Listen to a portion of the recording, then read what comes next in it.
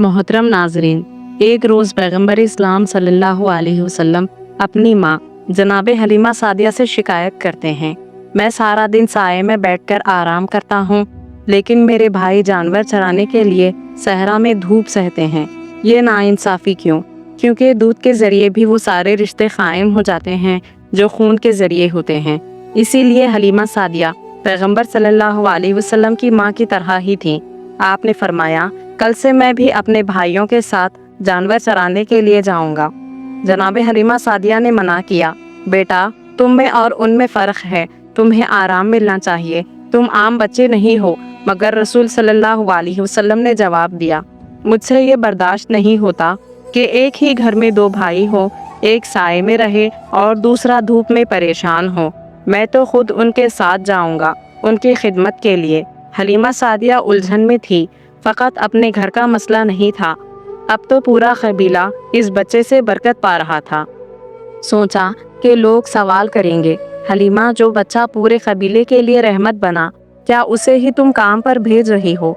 मगर जब पैगम्बर इस्लाम सल्लल्लाहु अलैहि वसल्लम ने इसरार किया तो हलीमा सादिया मजबूर हो गई और अगले दिन से आपने आका की हैसियत नहीं, बराबर के साथी की हैसियत से अपने दूध भाई के साथ जाना शुरू कर दिया। एक मर्तबा जब पैगम्बर सल्लल्लाहु अलैहि वसल्लम अपने भाइयों के साथ बकरियां चरा रहे थे तो देखा गया कि करीब की पहाड़ी से दो नौजवान नीचे उतर कर आए, आपके पास पहुंचे, बाजुओं से थामा और आपको लेकर पहाड़ी की तरफ चले गए। भाइयों ने ये मंजर देखा तो चीखते चिल्लाते हुए कबीले में लौटे। माँ से कहा, गजब हो गया, जिन भाई को आप मक्का से लाई थी पता नहीं कौन थे वो दो आदमी, उन्हें उठाकर ले गए और गायब हो गए। हलीमा सादिया को हजरत अब्दुल मुत्तलिब की वो बात याद आई, देखो उस बच्चे की हिफाजत करना, दुश्मन हर वक्त ताक में है। वो घबरा गई। सारा कबीला इकट्ठा हुआ और मर्द दौड़ते हुए उस पहाड़ी की तरफ चले जहाँ का इशारा किया गया था। जब सब लोग उस पहाड़ी पर पहुंचे तो ये देखकर हैरत के समंदर में डूब गए कि वो बच्चा पैगंबर सल्लल्लाहु अलैहि वसल्लम बड़े आराम से एक नूरानी अंदाज में लेटे हुए हैं। सर पर एक ताज है, जिस्म पर शाही लिबास है, दाएं बाएं दो जवान बैठे हुए हैं और ऐसे जिस्म दबा रहे हैं जैसे गुलाम आका के सामने हाजिर हों। जब ये लोग करीब पहुंचे तो एक लम्हे में वो दोनों नौजवान गायब हो गए और रसूलुल्लाह सल्लल्लाहु अलैहि वसल्लम मुस्कुराते हुए उठ बैठे। जनाब हलीमा सादिया घबराई हुई थी, मगर पैगंबर सल्लल्लाहु अलैहि वसल्लम ने इत्मीनान दिलाते हुए फरमाया, आपको परेशान होने की कोई ज़रूरत नहीं, ये जो मेरे साथ थे परवरदिगार आलम की जानिब से मेरे मुहाफिज हैं, ये हर वक्त मेरे साथ होते हैं, उनके होते हुए कोई भी मुझ तक नुकसान नहीं पहुंचा सकता। अब जनाब हलीमा सादिया को कुछ इत्मीनान हुआ। हालांकि 3 बार ऐसा हुआ कि पैगंबर सल्लल्लाहु अलैहि वसल्लम कुछ देर के लिए गायब हो जाते, मगर अब हलीमा सादिया को यकीन था कि ये सब खुदा की हिफाजत में है। 2 साल का अरसा गुजरने के बाद जनाब हलीमा सादिया पैगंबर सल्लल्लाहु अलैहि वसल्लम को लेकर मक्का में उनके दादा हजरत अब्दुल मुत्तलिब से मिलने चली। जब मक्का के करीब पहुंची तो किसी ज़रूरत से खैमे से बाहर निकली। एकाएक अंधेरा सा छा गया और जब वापस आई तो बच्चा गायब था। हलीमा सादिया बहुत परेशान हुई। उधर हजरत अब्दुल मुत्तलिब खाना काबा के करीब एक मसनद पर बैठे थे। अचानक कानों में आवाज़ आई, तुम्हारा पोता जो हलीमा के पास था वो गुम गया है। बस इतना सुनना था कि हजरत अब्दुल मुत्तलिब बेचैन हो उठे, लेकिन उसी वक्त गैब से आवाज़ आई, तुम्हें परेशान होने की ज़रूरत नहीं, परवरदिगार आलम ने तुम्हारे पोते को महफूज रखा है। जाओ मक्का के करीब फलां सहरा में फलां मुकाम पर तुम्हारा बच्चा मिल जाएगा। हजरत अब्दुल मुत्तलिब पहुंचे तो देखा कि बच्चा मिट्टी के टुकड़े खुश्क रोटी तोड़कर खा रहा है और दाएं बाएं वही 2 नूरानी नौजवान खड़े हैं। हजरत अब्दुल मुत्तलिब ने करीब जाकर देखा और अंदाजे से पहचान लिया कि ये मेरा पोता है, क्योंकि विलादत के 8वें दिन के बाद से अब तक 2 साल तक देखा नहीं था। पूछा, बेटा तुम कौन हो? पैगंबर सल्लल्लाहु अलैहि वसल्लम ने जवाब दिया, मैं मोहम्मद इब्ने अब्दुल्ला इब्ने अब्दुल मुत्तलिब। और आगे चलते हुए हज़रत आदम अलैहिस्सलाम तक अपना पूरा शजरा नसब बयान कर दिया। तो हज़रत अब्दुल मुत्तलिब ने पूछा, बेटा ये नौजवान तुम्हारे साथ कौन हैं? آپ صلی اللہ علیہ وسلم نے فرمایا یہ جبرائیل علیہ السلام ہے اور یہ میکائیل علیہ السلام، یہ ہر وقت میری حفاظت کرتے ہیں۔ حضرت عبد المطلب نے کہا بیٹا میں تمہیں لینے آیا ہوں۔ پیغمبر صلی اللہ علیہ وسلم نے مسکرا کر فرمایا میں تو خود آپ کے انتظار کر رہا تھا۔ اب تک رسول اللہ صلی اللہ علیہ وسلم نے اپنی ماں جناب آمنہ کو کبھی نہیں دیکھا تھا، مگر جب مکہ لوٹے تو سیدھا اپنی ماں کے مکان میں داخل ہوئے۔ قریش کی عورتیں جمع تھی، جناب آمنہ رو رہی تھی، لوگ انہیں تسلی دے رہے تھے کیونکہ انہیں بس یہی خبر ملی تھی کہ آپ کا لخت جگر صحرا میں گم ہو گیا ہے۔ پیغمبر صلی اللہ علیہ وسلم ایسے داخل ہوئے جیسے بخوبی جانتے ہو کہ میری ماں کون ہے۔ عورتوں کے ہجوم کو چیرتے ہوئے سیدھا جا کر اپنی ماں کی گود میں بیٹھ گئے۔ ساری عورتیں حیران تھی کہ جس نے 8 دن کے بعد سے اپنی ماں کو دیکھا بھی نہیں۔ حضرت عبد المطلب نے حلیمہ سعدیہ کو بلایا اور کہا دیکھو اب تمہیں اس کی حفاظت اور زیادہ کرنی ہے۔ آج مکہ میں کچھ یہودی آئے ہوئے ہیں، اگر انہوں نے یہ منظر دیکھ لیا تو جان جائیں گے کہ بچہ کہاں ہے۔ حلیمہ سعدیہ نے وعدہ کیا میں اپنی جان سے زیادہ اس بچے کی حفاظت کروں گی۔ پھر پیغمبر صلی اللہ علیہ وسلم کو ساتھ لے کر حلیمہ سعدیہ واپس اپنے قبیلے چلی گئیں۔ یوں 5 سال کا عرصہ بیت گیا۔ جب میعاد پوری ہو گئی تو حلیمہ سعدیہ رسول اللہ کو لے کر مکہ لوٹ آئیں۔ حضرت عبد المطلب اور جناب آمنہ اپنے لال کی جدائی میں تڑپ رہے تھے۔ حلیمہ سعدیہ کو انعام دے کر رخصت کیا گیا۔ اب پیغمبر صلی اللہ علیہ وسلم اپنی ماں اور دادا کے آغوش محبت میں آ گئے۔ تاریخ بتاتی ہے کہ آپ نے 1 سال اپنی ماں کے ساتھ گزارا، یہاں تک کہ عمر 6 سال کی ہو گئی۔ ایک رات جناب آمنہ نے خواب میں جناب عبداللہ کو دیکھا، دل بے چین ہو اٹھا۔ صبح جب آنکھ کھلی تو کہا میں اپنے شوہر کی قبر کی زیارت کرنا چاہتی ہوں۔ چنانچہ حضرت عبد المطلب کی اجازت سے جناب آمنہ اپنے بیٹے رسول اللہ صلی اللہ علیہ وسلم کو لے کر مکہ سے مدینہ روانہ ہوئی۔ یہی وہ مدینہ ہے جب پیغمبر اسلام صلی اللہ علیہ وسلم سالوں بعد ہجرت فرما کر آئے تو اسی شہر کی بچیوں نے طلال بدر علینا پڑھ کر خوش آمدید کہا تھا۔ تاریخ بتاتی ہے کہ جناب آمنہ تقریباً 1 مہینے تک اسی قبیلے میں رہیں، اسی مکان میں ٹھہری جہاں حضرت عبداللہ کی قبر مبارک موجود تھی۔ کچھ عرصہ وہاں سکون سے گزارنے کے بعد واپسی کا ارادہ فرمایا، مدینے سے مکہ کی جانب روانہ ہوئی، مگر جب قریب 100 کلومیٹر کا فاصلہ طے کیا اور مقام ابوا پر پہنچی تو وہاں جناب آمنہ کی طبیعت اچانک بگڑ گئی۔ بیماری اتنی تیز ہو گئی کہ آگے کا سفر کرنا ناممکن ہو گیا۔ مسافروں کا مختصر سا قافلہ وہیں روک لیا گیا۔ جناب آمنہ کی بیماری شدت اختیار کر گئی، یہاں تک کہ اس مقام پر ان کا انتقال ہو گیا۔ پیغمبر صلی اللہ علیہ وسلم کی عمر اس وقت 6 سال تھی۔ باپ کے بعد اب ماں کی جدائی کا دوسرا صدمہ بھی آپ کو برداشت کرنا پڑا۔ جناب آمنہ کو وہیں مقام ابوا میں بہت ہی احترام کے ساتھ دفن کیا گیا۔ جناب ام ایمن اس 6 سال کے معصوم بچے کو اپنی گود میں اٹھا کر مکہ کی طرف واپس لے چلی۔ تاریخ میں درج ہے کہ پیغمبر صلی اللہ علیہ وسلم کو اپنی والدہ اور ان کی قبر مبارک کی یاد ہمیشہ دل میں رہی، یہاں تک کہ جب صلح حدیبیہ کے موقع پر رسول اللہ صلی اللہ علیہ وسلم مکہ کی طرف جا رہے تھے اور راستے میں مقام ابوا سے گزر ہوا تو قافلے کا رخ موڑنے کا حکم دیا۔ آپ صلی اللہ علیہ وسلم نے فرمایا مجھے اپنی ماں کی یاد آ رہی ہے، میں ان کی قبر کی زیارت کرنا چاہتا ہوں۔ قبر مبارک پر پہنچے اور زارو قطار رونے لگے۔ بہرحال جناب ام ایمن پیغمبر صلی اللہ علیہ وسلم کو مکہ واپس لے کر آئیں اور انہیں حضرت عبد المطلب کے سپرد کر دیا۔ حضرت عبد المطلب اس وقت 118 سال کے بزرگ تھے، کمزوری اور ضعافت کا عالم تھا، مگر پھر بھی اپنے ننھے پوتے کو اپنے کاندھوں پر بٹھا لیا۔ 1 سال تک پیغمبر اسلام صلی اللہ علیہ وسلم اپنے دادا کے ساتھ رہے۔ اسی دوران وہ مشہور واقعہ پیش آیا جب یہودیوں نے ایک دعوت کی اور حرام کھانا پیش کر کے پرکھنا چاہا کہ یہ آخری رسول ہیں یا نہیں، مگر ناکام لوٹے۔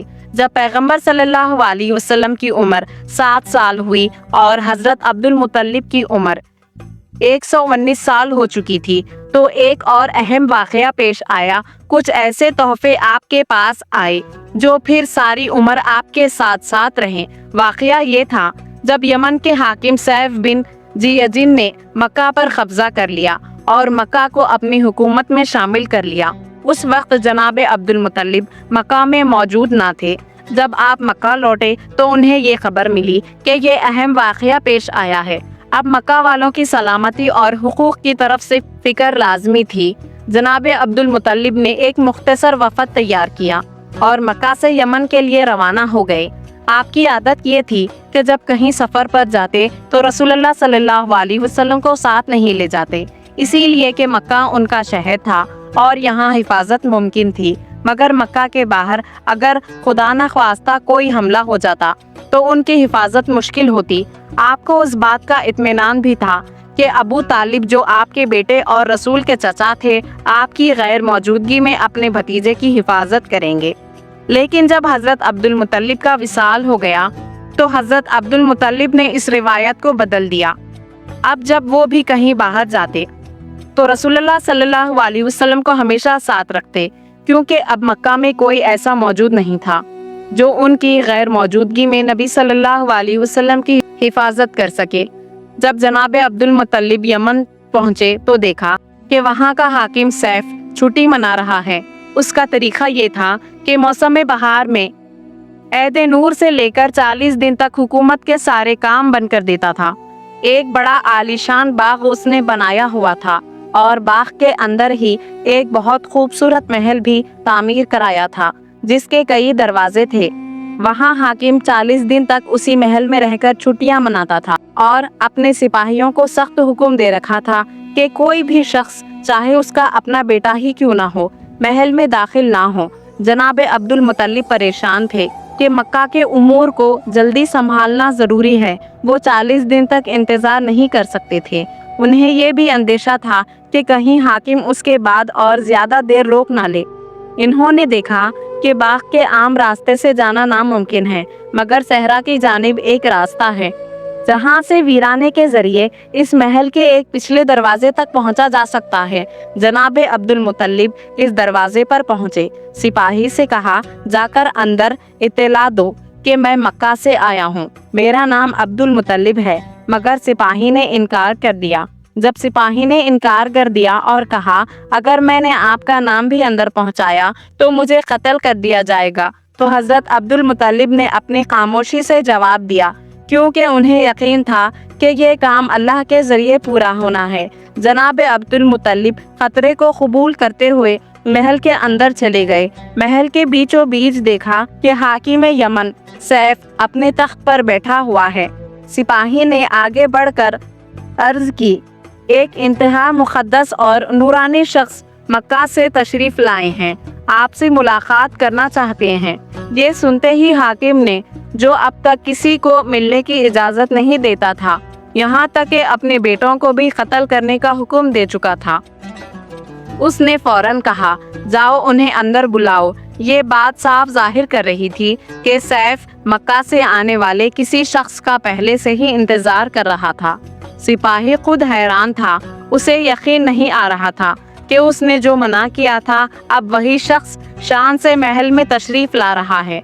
हज़रत अब्दुल मुत्तलिब अंदर दाखिल हुए। हाकिम ने उधर से इस्तकबाल किया और कहा, आप कहाँ से तशरीफ लाए हैं? ये मैं बाद में पूछूंगा, पहले मैं आपसे कुछ बहुत अहम बात करना चाहता हूँ। मेरे पास अंबिया के सहीफों से ये इल्म पहुँचा है कि मक्का में बहुत जल्द खुदा का आखिरी रसूल तशरीफ लाने वाला है। जब वो रसूल इस दुनिया में आएगा तो उसके वालिद का इंतकाल हो चुका होगा और कुछ अरसे बाद उसके वालिदा भी इस दुनिया से रुखसत हो जाएंगी। उसके बाद उसका दादा उसकी परवरिश की जिम्मेदारी लेगा। फिर वो दादा एक बार मेरे पास यमन आएगा और मैं उस रसूल के लिए रखी हुई 3 अमानतें उसे सुपुर्द करूंगा। मैं उस दादा का और उस बच्चे का तब से इंतजार कर रहा हूँ। आपसे गुजारिश है कि जब मक्का में वो बच्चा आपको नजर आए जिसके दोनों कांधों के बीच मोहरे नबूवत हो, जिस पर लिखा हो ला इलाहा इल्लल्लाहु मुहम्मदुर रसूलुल्लाह, तो फौरन मुझे पैगाम भिजवाइएगा, क्योंकि मैं उसी रसूल का तहे दिल से इंतजार कर रहा हूँ। जनाब अब्दुल मुत्तलिब ये बातें सुनकर हैरान भी हुए और पुरसुकून भी। کیونکہ جو راز وہ دل میں چھپائے ہوئے تھے وہ اس غیر ملک کے حاکم کو بھی معلوم تھے۔ تو جناب عبد المطلب نے مسکرا کر جواب دیا، بچے کے دادا تو میں ہی ہوں اور وہ بچہ اس وقت میرے گھر میں پیدا ہو چکا ہے۔ جناب عبد المطلب نے کہا، ہاں جو علامتیں آپ نے بیان کی ہیں ان کے مطابق تو وہی میرا پوتا ہے، اور مجھے اس بات کا علم بھی ہے کہ میرا پوتا اللہ کا آخری رسول ہونے والا ہے، مجھے اس کے بارے میں سب کچھ معلوم ہے۔ سیف نے کہا، کل دربار میں آپ سے تفصیلی بات ہوگی۔ جناب عبد المطلب رخصت ہو کر باہر تشریف لائے، اور جب یمن میں یہ خبر پھیلی کہ مکہ سے آئے ہوئے وفد کو حاکم یمن نے محل میں بلایا تو لوگ حیرت کے مارے دانتوں میں انگلیاں دبانے لگے کہ یہ ممکن ہے کہ کوئی اجنبی شخص جائے۔ لیکن اس سے بھی زیادہ حیرت تب ہوئی جب اگلے دن خود حاکم سیف، جو 40 دن سے محل میں بند تھا، اب شہر والوں کے سامنے آ گیا۔ دربار سجایا گیا اور مکہ سے آئے وفد کو شاہی مہمان کی حیثیت دی گئی۔ جناب عبد المطلب کو حاکم نے اپنے پاس بٹھایا اور پورے وفد میں قیمتی انعامات تقسیم کیے گئے۔ اب جناب عبد المطلب انتظار کر رہے تھے کہ امانت انہیں کب دی جائے گی۔ حاکم نے کہا، ایک راز کی بات ہے جسے میں سب کے سامنے دربار میں نہیں کہہ سکتا۔ آپ شام کو محل میں تشریف لائیے، جب رخصت کریں گے تو یہ امانتیں آپ کے حوالے کر دوں گا۔ شام کا وقت آیا، جناب عبد المطلب محل میں داخل ہوئے۔ حاکم یمن نے 3 جانور ان کے سامنے پیش کیے، ایک اونٹنی، دوسرا کچر، تیسرا گھوڑا۔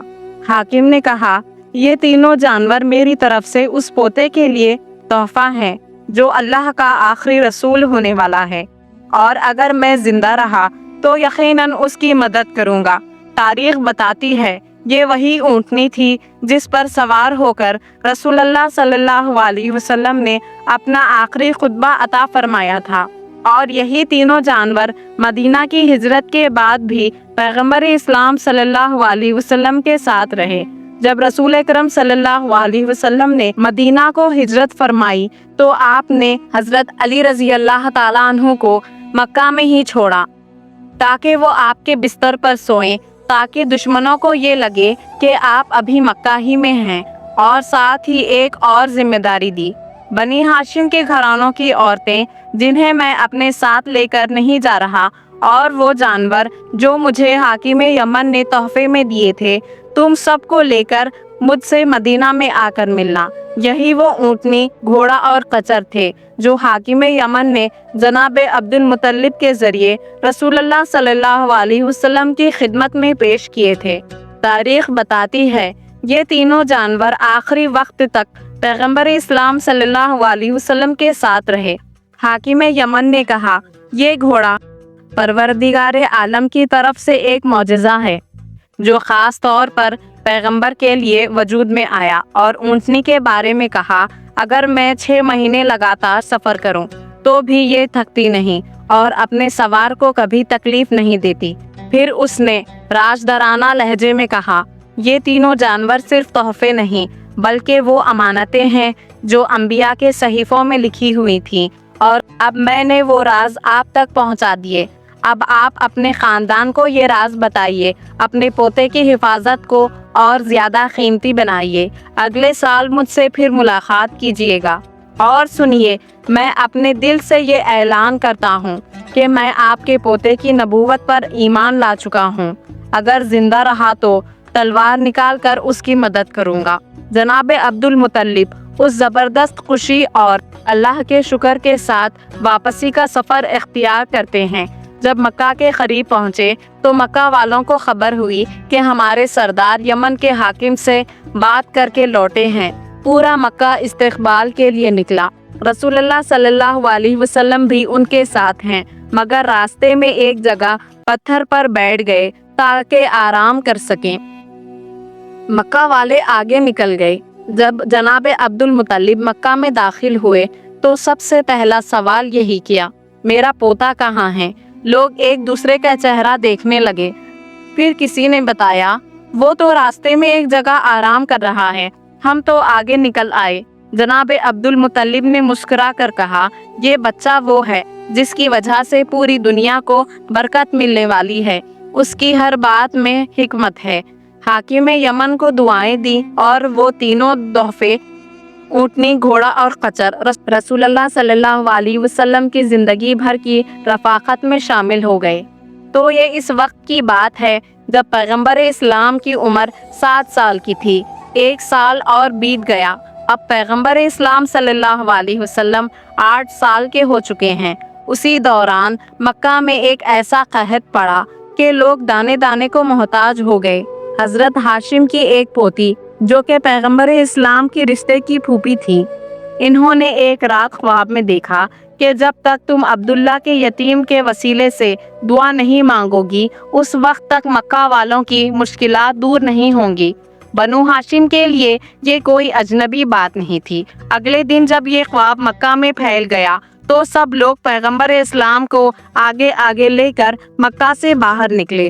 رسول اللہ صلی اللہ علیہ وسلم نے دعا کی اور اللہ تعالیٰ نے بارش برسا دی، مگر ابو جہل اور اس کے جیسے دوسرے حسد کرنے والے پہلے سے ہی جل بھن رہے تھے کہ ہر بار عزت اور کرامت اسی خاندان کو کیوں ملتی ہے۔ اب تو ان کے حسد میں اور اضافہ ہو گیا۔ اسی سال جب پیغمبر اسلام کی عمر 8 سال اور 6 مہینے کی تھی تو ایک اور صدمہ پیش آیا۔ حضرت عبد المطلب کو یمن سے آئے ہوئے 1 سال ہو گیا تھا۔ اب وہ واپس یمن جانے کا ارادہ رکھتے تھے، مگر پروردگار عالم چاہتا تھا کہ وہ راز جو یمن میں ملا تھا وہی راز بنا رہے۔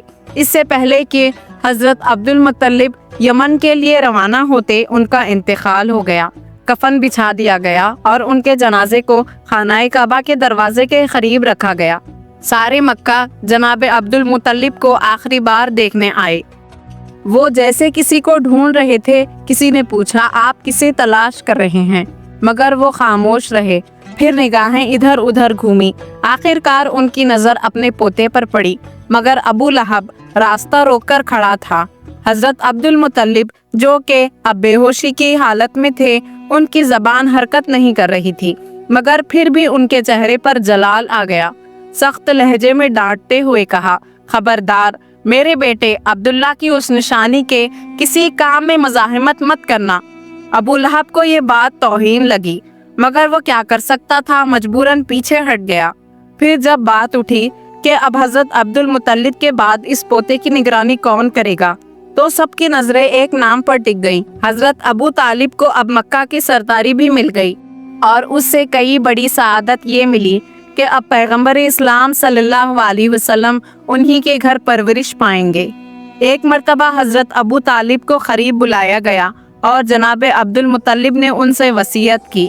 سب سے پہلے انہوں نے کہا، خدا کی قسم کھا کر یہ عہد کرو کہ اگر کبھی میرے اس پوتے پر کوئی مصیبت آ پڑے تو تم اپنے مال، عزت، جان، یہاں تک کہ اولاد تک کو قربان کرنے میں بھی دیر نہیں کرو گے۔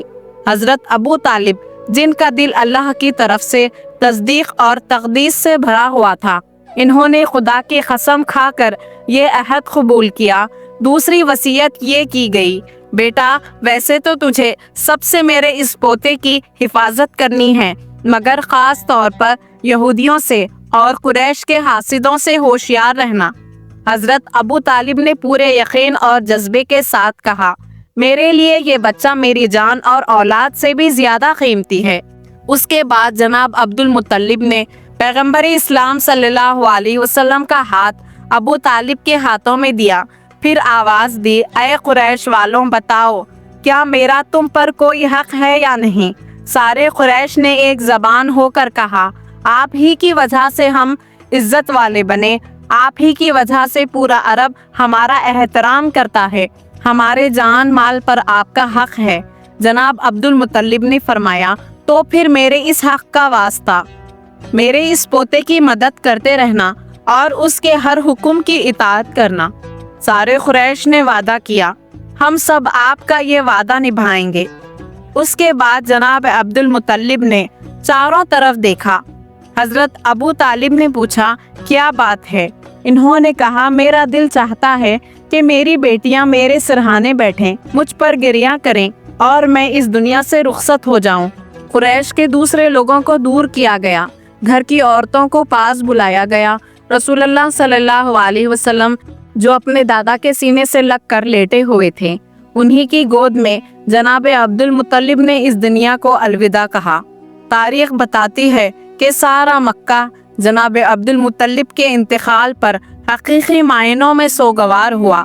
जब रसूलुल्लाह सल्लल्लाहु अलैहि वसल्लम हजरत अबू तालिब के घर तशरीफ लाए तो अबू तालिब ने उसी वक्त से वो इज्जत और एहतराम शुरू कर दिया जो बाकी लोगों ने बहुत बाद में ऐलान रिसालत के बाद दिखाया था। वो अपने भतीजे को अपने बिस्तर पर साथ सुलाते, एक ही लिहाफ में रखते ताकि कोई दुश्मन छुपकर हमला ना कर सके।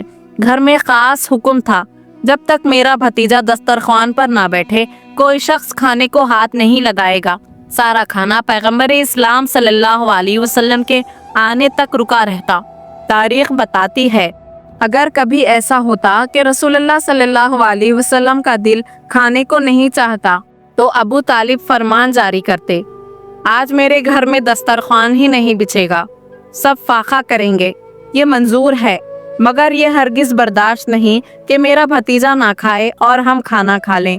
वो ये कहते थे, जब मेरा भतीजा किसी खाने में हाथ डाल देता तो उस खाने में ऐसी बरकत हो जाती कि फिर हर एक के लिए काफी हो जाता है।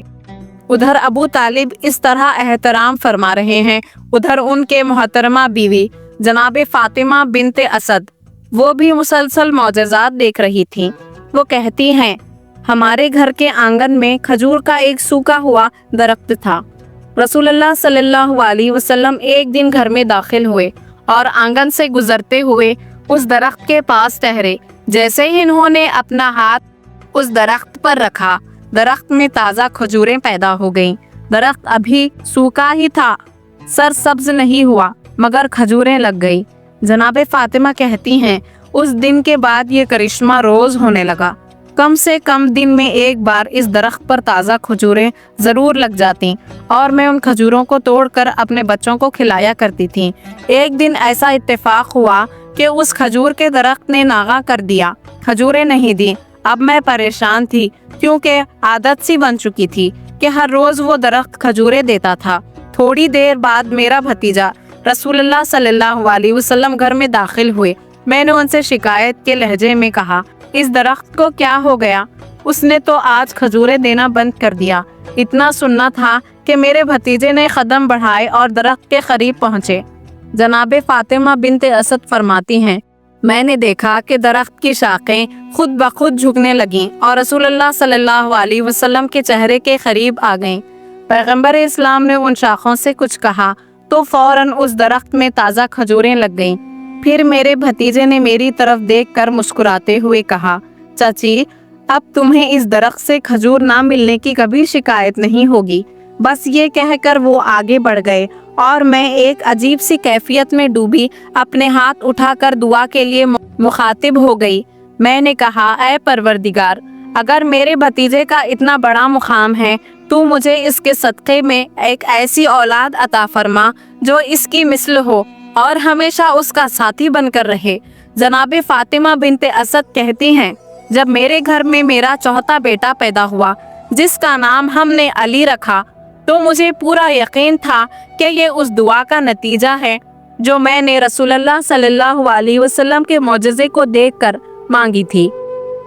अब पैगंबर इस्लाम उस घर में ऐसे रह रहे हैं जैसे अबू तालिब उन्हें बाप की तरह मोहब्बत दे रहे हैं और जनाब फातिमा बिनते असद वाकई एक माँ बनकर उनकी परवरिश कर रही हैं।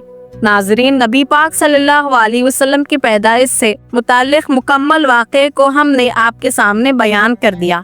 इंशाअल्लाह हमारे आने वाली वीडियोज़ में हम हुज़ूर अकरम सल्लल्लाहु अलैहि वसल्लम की सीरत तैयबा के मज़ीद अहम पहलू और वाक़यात को तफसील से बयान करेंगे।